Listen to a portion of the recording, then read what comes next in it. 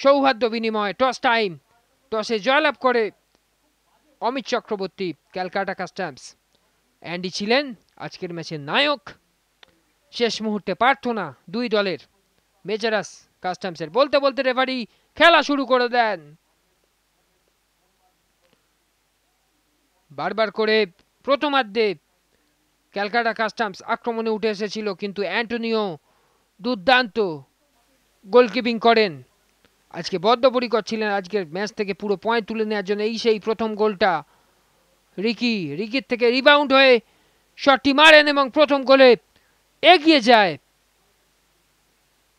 শটটি নিয়েছিলেন বাতাস মুর্মু, প্রথম গোলে এগিয়ে দেয়। এখানে চোট পান, নিরন্তর আক্রমণ চালিয়ে যায় সৌরভের একটা শট ছিল, এখানে সেই ঝন্টু প্রসাদের শট সরাসরি অ্যান্টোনিওর হাতে চলে যায়। ঝন্টু প্রসাদ সুন্দর একটা মুভমেন্ট পেয়ে গিয়েছিলেন রিকির কাছ থেকে বল পেয়ে। আবারও একবার আমরা দেখব, রিকি বল দিলেন, ঝন্টু প্রসাদ সরাসরি একটা শট নিল গোলে, কিন্তু অ্যান্টোনিওর হাতে। প্রথমার্ধে রাহুল রায় বারবার করে বক্সের বাইরে থেকে বেশ কয়েকটি শট নিয়েছিলেন। ওখানে যদি রাহুল কিন্তু যদি কাটিয়ে নিতে পারতেন তাহলে একটা গোল আসতো। অ্যান্টোনিও বুদ্ধিমত্তার সাথে সামনের দিকে এগিয়ে এসে বিপদ রোধ করেন। এবারে সোনাম একটা কার্ড নিয়ে বলটি গোলে মারতে চেয়েছিলেন, একটু লক্ষ্যভ্রষ্ট হয়ে যায় শটটি।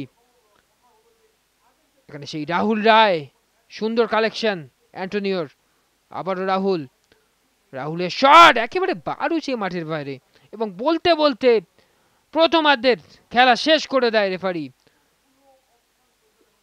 দ্বিতীয়ার্ধ একটা নতুন ভাবে মাঠে নামে মেজারাস, নতুন ভাবে এগিয়ে চলায় অঙ্গীকারবদ্ধ হয়। কাস্টমস বেশ কয়েকটি সুযোগ পেয়ে গিয়েছিল এবং সেই জয়চন্দ্র, প্রথম গোলটি জয়চন্দ্র বাড়িয়ে দেয় এবং অ্যান্ডি দুর্দান্ত ফিনিশ করেন।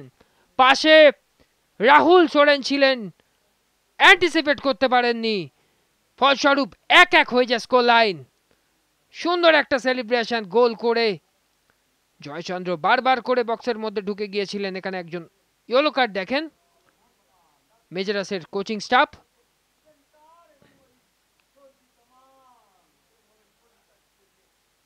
এখানে আবারও একজন হলুদ কার্ড দেখেন অমিত চক্রবর্তী।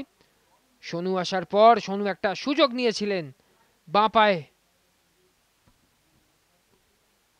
বল একটা ভেসে আসে, এখানে হেডটি ভুল দিয়ে দেয়। এখানে সেই রিকি ঘরামি একটা শট নিয়েছিলেন, বাতাস মুর্মু চেষ্টা করেছে, দীপেন্দু সবে এসে ইয়েলো কার্ড দেখেন।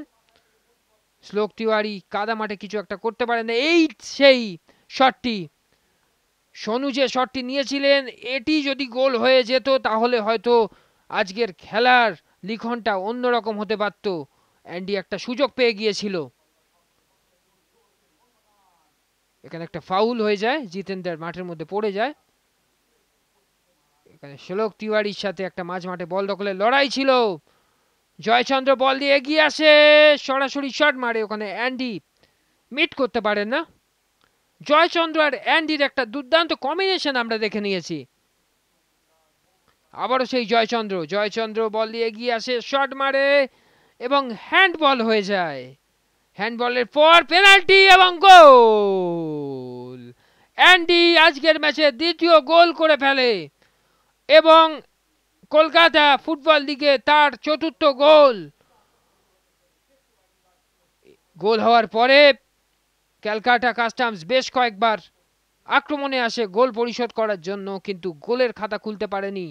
এবং বলতে বলতে দ্বিতীয়ার্ধ শেষ করে দেয় referee. Final score line Uluberia স্টেডিয়ামে, ক্যালকাটা কাস্টমস 1, মেজারাস ক্লাব 2।